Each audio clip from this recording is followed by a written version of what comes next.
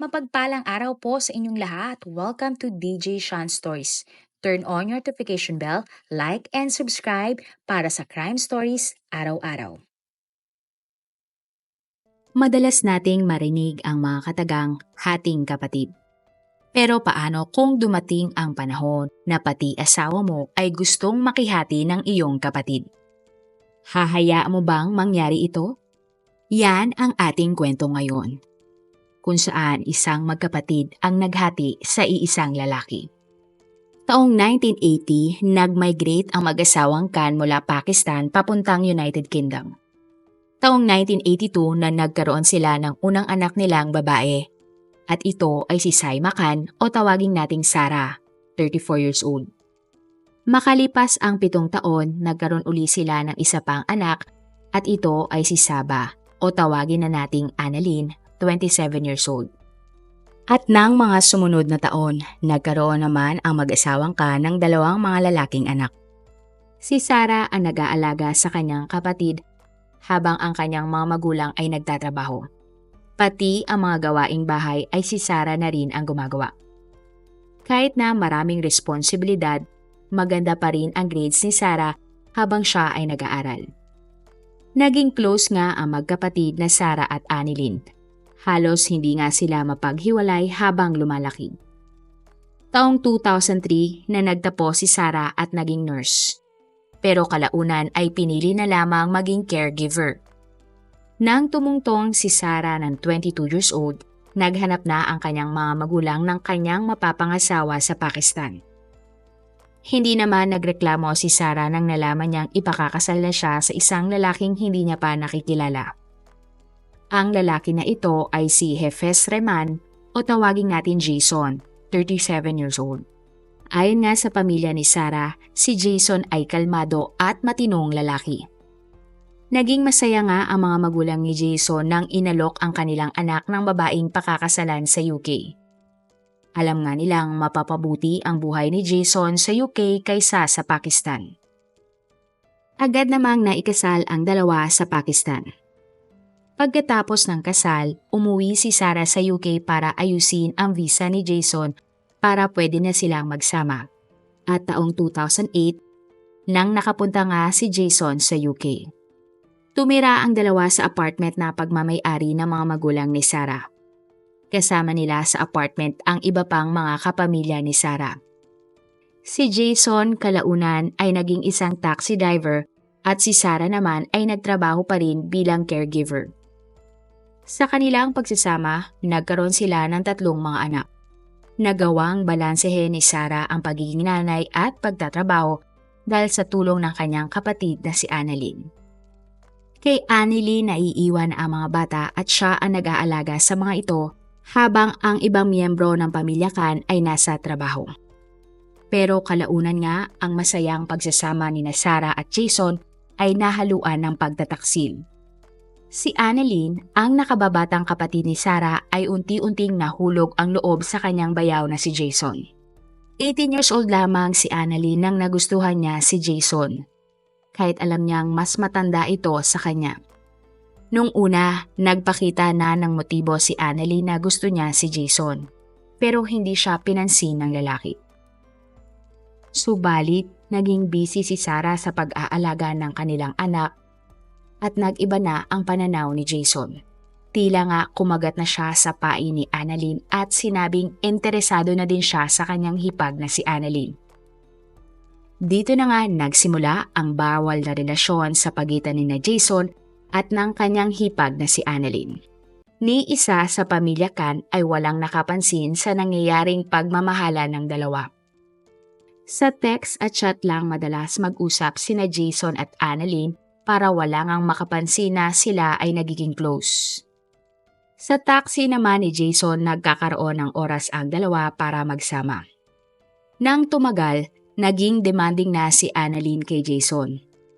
Gusto niyang habaan ni Jason ang inilalaan nitong oras para sa kanya. At nang tumungtong na nga sa 23 years old si Annalyn, hinanapan na siya ng kanyang mga magulang ng mapapangasawa. Nang nalaman ito ng babae, agad siyang tumanggi.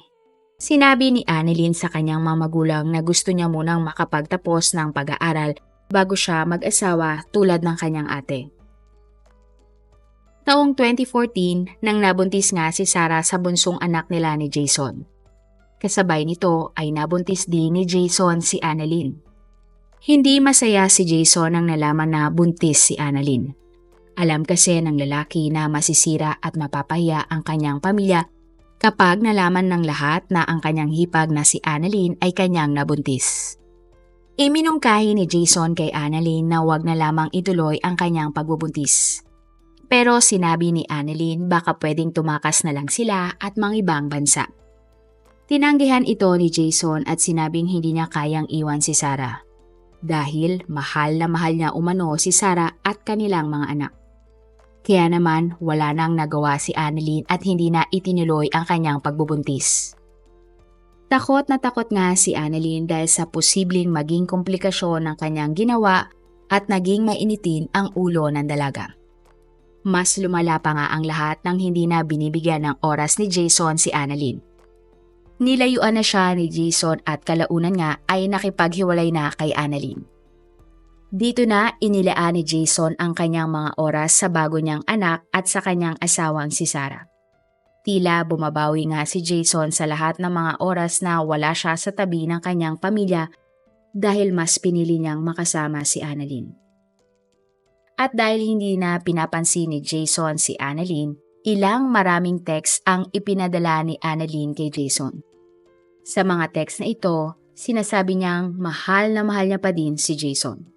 Minsan nga sa mga text, tinatakot ni Annalyn si Jason na siya ay may gagawing masama sa kanyang sarili kapag hindi nakipagkita ang lalaki sa kanya. May pagkakataon din na sinabi ni Annalyn kay Jason na isusumbong niya sa kanyang mga magulang ang tungkol sa bawal nilang relasyon.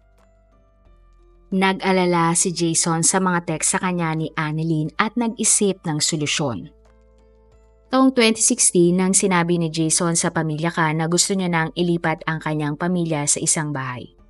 Para kay Jason, magiging masikip na ang apartment na kanilang tinitirahan kapag nag-asawa na ang kapatid ng kanyang asawa na si Annalyn at ang dalawang kapatid nito.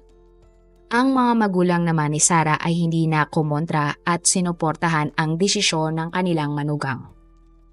Nang narinig ni Annalyn ang plano ni Jason, halos mabaliw ang dalaga. Pakiramdam ni Annalyn, ang mundo niya ay guguho kapag lumayo sa kanya si Jason. Inisip din niya na mawawala na sa kanyang piling si Jason dahil inagaw ito ng kapatid niyang si Sarah.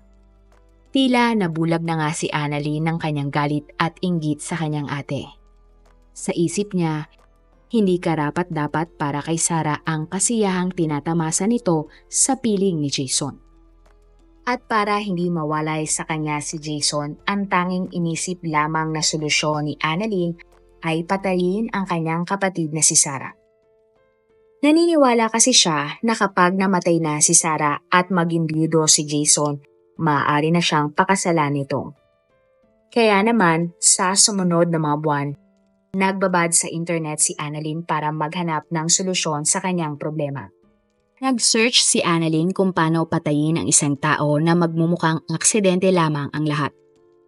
Hanggang sa nakita niya nga ang isang advertisement tungkol sa nagtitinda ng mga ahas at gagamba na may lason na pwede niyang gamitin kay Sarah. Pero dahil takot din siya sa gagamba, hindi niya na ito itinuloy.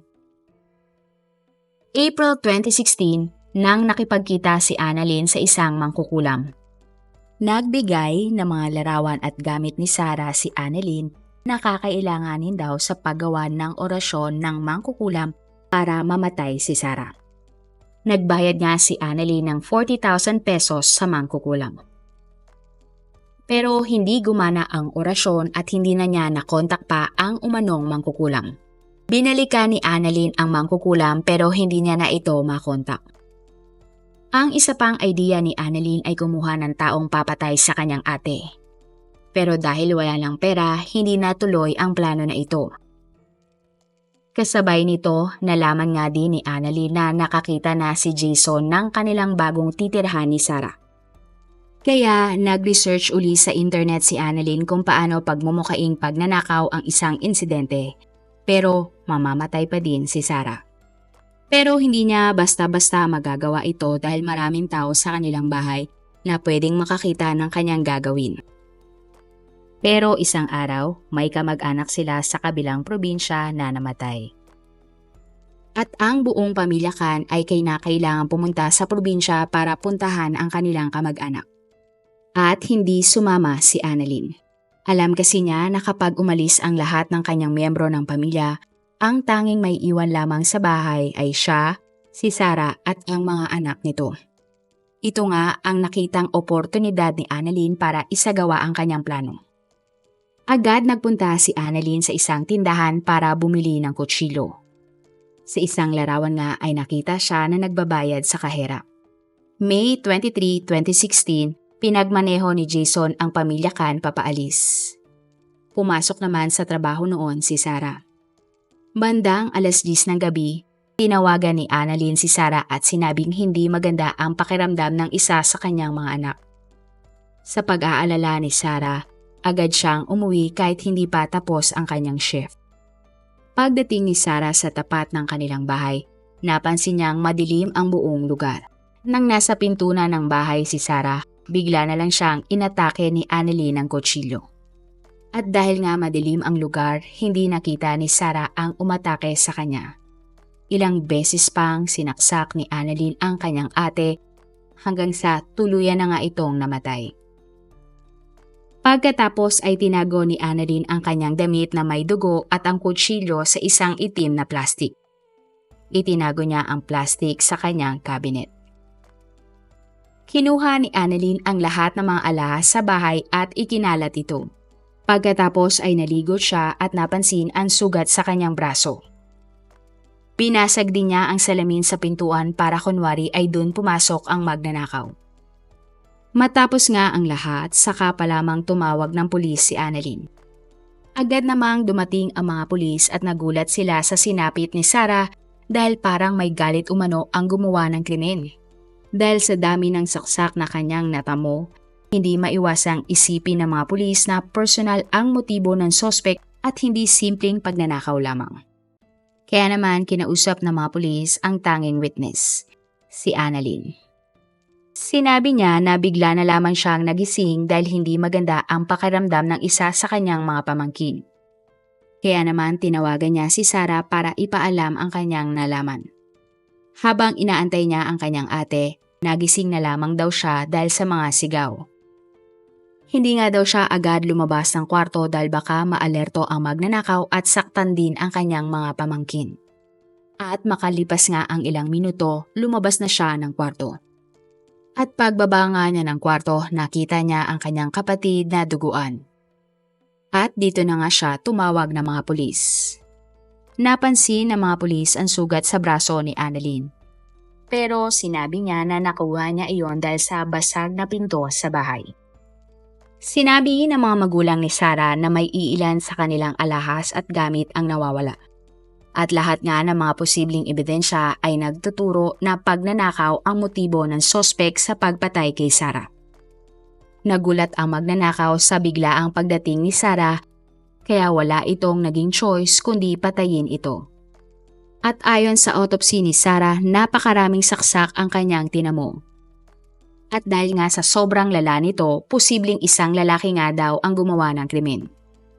Tinanong ng mga pulis ang pamilya Khan kung may kaaway ba si Sarah na posibleng gumawa sa kanya ng krimen. Pero wala silang matukoy. At nang tinanong na nga nila si Annalyn, iba ang naging sagot ng dalaga. Ayon kay Annalyn, may kaluguyo umano si Sarah na inilihim niya sa lahat. Sinabi din niya na posibleng selos ang naging ugat kaya pinatay si Sarah ng kanyang kalaguyo. Nagulat ang mga pulis sa sinabi ni Sarah. At para nga makakuha ng ebidensya, kinuha ng mga investigador ang computer sa bahay ni Sarah at ang lahat ng mga cellphone ng mga nakatira sa bahay ng pamilya Khan. Sa cellphone ni Annalyn at Jason, natagpuan ng mga investigador ang motibo na kanilang hinahanap. Nakita ng mga pulis ang palitan ng mga mensahe ng dalawa na nagsasabing sila ay may bawal na relasyon. Maging sa laptop ni Annalyn, nakita nila ang mga ni-research ng dalaga para patayin ang kanyang ate. Nakakuha din sila ng larawan nga ng CCTV kung saan bumili ng kutsilyo si Annalyn. Sa kwarto ni Annalyn, na-recover ng mga pulis ang itinago niyang damit na may dugo at kutsilyo. May 31, 2016, inaresto ng mga pulis si Annalyn at kinasuhan siya ng premeditated murder. Ang buong pamilya Khan ay gulat no gulat sa pagkakatuklas ng buong pangyayari. Hindi nila akalain na makikipagrelasyon si Annalyn kay Jason at nakaya pa nitong patayin ang kanyang ate. October 2017, nagsimula nga ang trial ni Annalyn. Inamin niya na pinatay niya nga ang kanyang ating si Sarah. Pag-amin niya, inakit umano siya ni Jason at pinagsamantalahan ang kanyang pagiging inosente. Bukod doon, minanipula umano siya ni Jason para sa sarili nitong kasiyahan. Pero pinabulaan na naman ito ni Jason at sinabi niya nga na si Annalyn ang unang nagpakita ng motibo sa kanya. Pero sa huli, napatunayan si Annalyn na guilty sa pagpatay sa kanyang ating si Sarah. Hinatulan siya ng habang buhay na pagkakulong na may posibilidad ng parol matapos ang 25 years. Ikaw, ano ang iyong gagawin kapag nalaman mong kahati mo ang iyong kapatid sa iyong asawa? Naniniwala ka ba na si Annalyn umano ang unang nagpakita ng motibo kay Jason kaya sila nagkaroon ng relasyon? Kung bibigyan kayo ng title sa ating kwento ngayon, ano ang inyong ilalagay? Marami pong salamat sa inyong panonood. Meron ba kayong mga kwento na gusto nyong i-share sa ating mga manonood? O kung may personal po kayong kwento na gusto nyong i-feature sa ating channel, i-comment down below nyo lang ang inyong mga suggestions. Para naman po sa dagdag kalaman, i-subscribe nyo din po at i-follow ang ating iba pang YouTube channel katulad ng Tagalog Facts and Mysteries by DJ Sean at Manila Boy Wonder Philippines. Marami pong salamat sa pagsuporta nyo sa aming mga channel. God bless everyone!